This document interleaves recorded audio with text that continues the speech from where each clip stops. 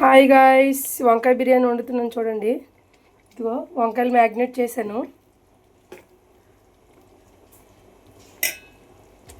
మ్యాగ్నేటింగ్కి పెరుగు, గరం మసాలా, బిర్యానీ మసాలా, అల్లం వెల్లుల్లి పేస్టు అవన్నీ వాడాను.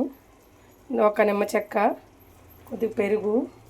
చూడండి పక్కన రైస్ తోమెట్టాను. చూడండి ఫ్రెండ్స్ ఎంత బాగుందో మా రైస్, బాస్మతి రైస్.